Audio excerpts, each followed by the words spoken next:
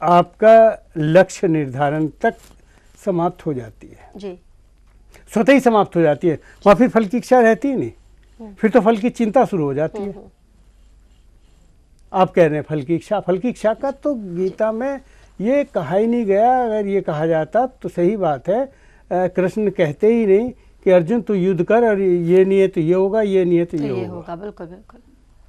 वो तो प्रेरित कर रहे हैं उनसे युद्ध के लिए। तो फल की इच्छा तो स्वतः ही लक्ष्य निर्धारित होते स्वतः ही समाप्त हो जाती है। फिर तो फल की चिंता शुरू हो जाती है और व्यक्ति की सारी ऊर्जा, सारी एनर्जी उसकी फल की चिंता में खत्म हो जाती है। तो भविष्य तो उसका खराब हो जाएगा और उसी को मना कर रहे हैं कि भैया फल की चिंता मत कर। सर आपने यहाँ पे जितनी भी जो जानकारी दी, जितनी भी बातें यहाँ पे बताई, उसी से एक सवाल मैं लेना चाहूंगी। हम लगातार कर्म की बात कर रहे हैं, फल की बात कर रहे हैं। अगर आपका दृष्टिकोण पूछा जाए तो गीता सार में आपके हिसाब से कर्म क्या है? अगर आज हम बात करें कर्मों की तो फिर कर्म क्या है? कर्म को आप कैसे परिभाषित करेंगे? देखिए, गीता ने संन्यास का खंडन किया है जी। और उसने कहा है कि कर्म केवल तुम्हारा धर्म है जी। और कृष्ण ने यहाँ तक कहा है कि एक सन्यासी भी बिना कर्म किए नहीं रह सकता जी। क्योंकि कर्म व्यक्ति नहीं करता जी। कर्म प्रकृति के 3 गुण हैं, सत रज तम। जी। वे गुण आपस में बरतते रहते हैं और वही कर्म करते रहते हैं। जी। मनुष्य कर्म नहीं करता। तो वो तो करते ही रहेंगे, एक्शन रिएक्शन।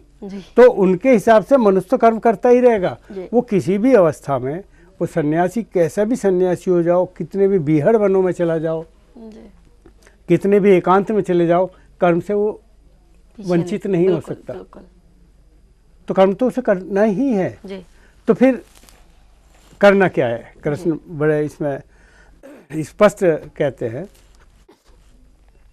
एक तो कामना, निष्काम कामना से रहित होकर कर्म करो। जी।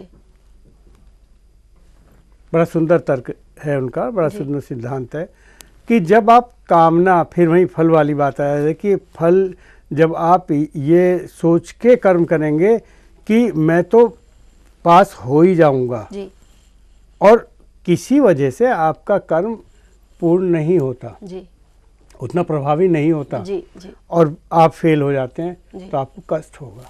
बिल्कुल। कृष्ण कहते हैं कि कष्ट से दूर रहो। जी। महात्मा बुद्ध भी इस दुख के ही निवारण की पूरा उनकी फिलॉसफी जो है बुद्ध की, वो भी कष्ट दुखों के निवारण के लिए ही है।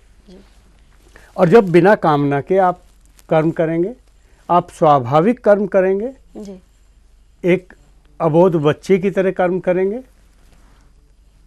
तब आपको आपका मकान टूट जाता है तो आपको दुख नहीं होगा और आपको कुछ प्राप्त हो जाता है तो आपको खुशी नहीं होगी।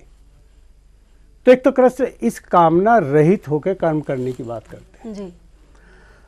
दूसरा एक बहुत बड़ी बात कृष्ण ने कही है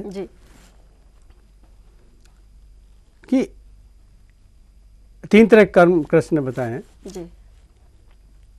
कर्म, विकर्म और अकर्म। कर्म सामान्य कर्म जो हम सब कर रहे हैं, विकर्म जो हम बुरे कर्म कर रहे हैं, दुष्कर्म कर रहे हैं, अकर्म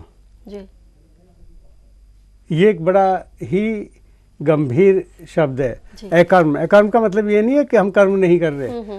अकर्म वो कर्म है जिन्हें हम कर्तापन के अहंकार का त्याग करके कर रहे हैं। दोबारा जाना चाहूंगी इसका अर्थ अकर्म का। अकर्म जी। अकर्म का अर्थ ये मत ले लेना कि कर्म नहीं कर रहे हैं। गीता ने में वो कृष्ण कर्मण्यवाधिकार रस्ते, उसमें भी कहा है कि तू फल के लिए कर्म मत कर, पर इसका मतलब ये भी नहीं तू कर्म ना करे। बिल्कुल। तो अकर्म का मतलब ये नहीं है कि वो निकम्मा होकर निष्कर्म होकर बैठ जाए। अकर्म का मतलब वह कर्म है जब व्यक्ति अपने कर्तापन के अहंकार का त्याग कर देता है। जब मैं जो कुछ कर रहा हूँ वो मैं कर रहा हूँ, इस भाव को त्याग देगा। मैं की भावना का परित्याग। मैं की भाव जी मैंने किसी की सहायता की जी और मैं ये अहंकार में डूब जाऊं जी कि मैंने उसकी सहायता की है, जी यही कर्तापन का अहंकार है। जी कृष्ण कैसे हैं? इसी कर्तापन के अहंकार का त्याग करके कर्म करो, जी उसे अकर्म कहते हैं।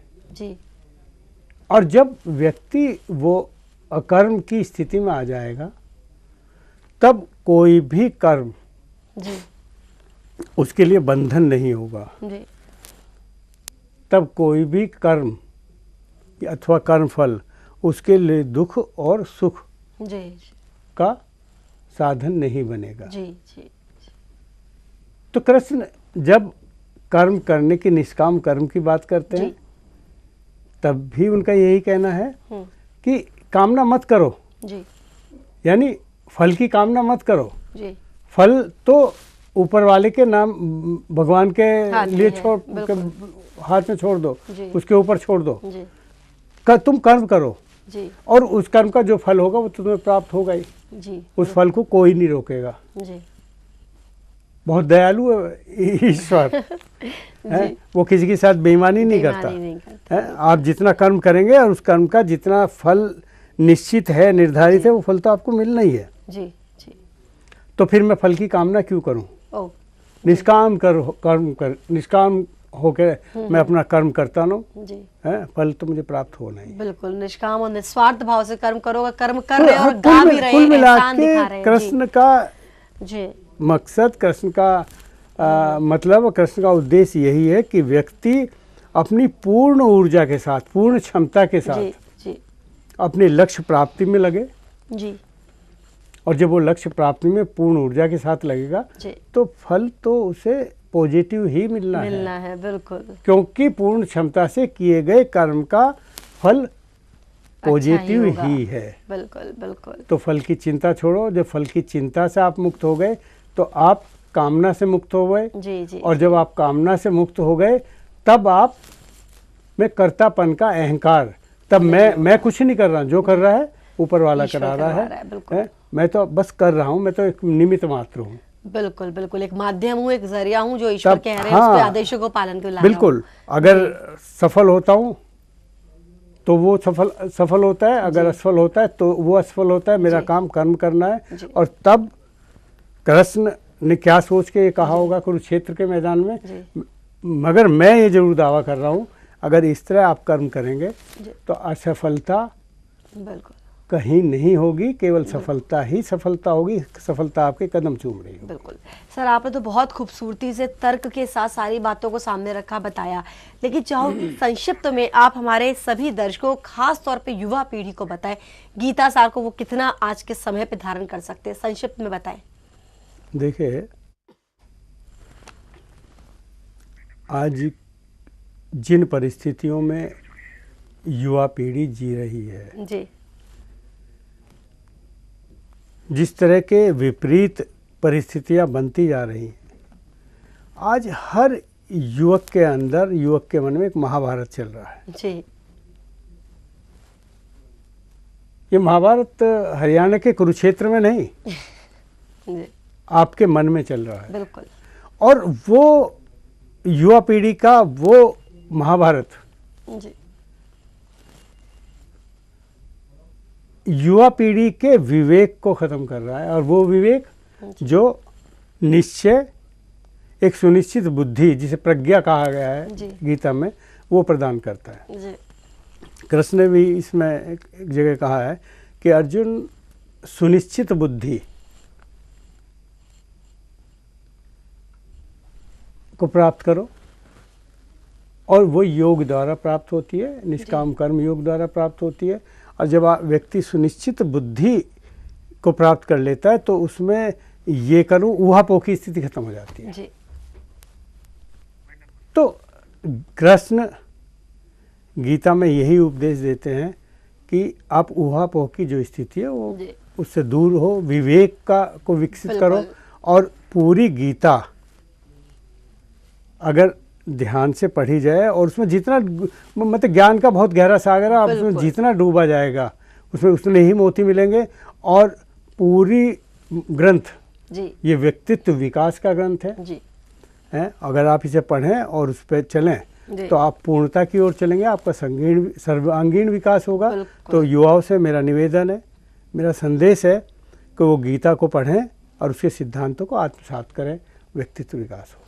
बहुत खूबसूरत, बहुत ही अच्छी तरह गहराई में जाते हुए गीता सार के बारे में आपने हम लोग को बताया, उन अनछुए पहलुओं के बारे में बताया जिसका अभी तक सार हम लोग शायद समझ भी नहीं पा रहे थे। यहाँ पर आए, अनमोल जानकारी के साथ अनमोल समय दिया, उसके लिए आपका बहुत बहुत धन्यवाद। नमस्कार। तो गीता सार में आज हमने जाना कि वाकई गीता हम सबको क्या संदेश देती है आज के जीवन में, आज की युवा पीढ़ी को खास तौर पे अपने विवेक के साथ, संयम के साथ किस तरह आगे बढ़ना चाहिए, ये भी गीता सार में साफ साफ हम लोग को दिखता है। कर्म करते चलो, फल की इच्छा नहीं, बस फल की चिंता करो। आज के कार्यक्रम में सिर्फ इतना ही। आप सभी हमेशा खुश रहे, यही कामना करती हूँ। देखते रहिए आपका अपना Vardan TV, the pathways to enlightenment. नमस्कार।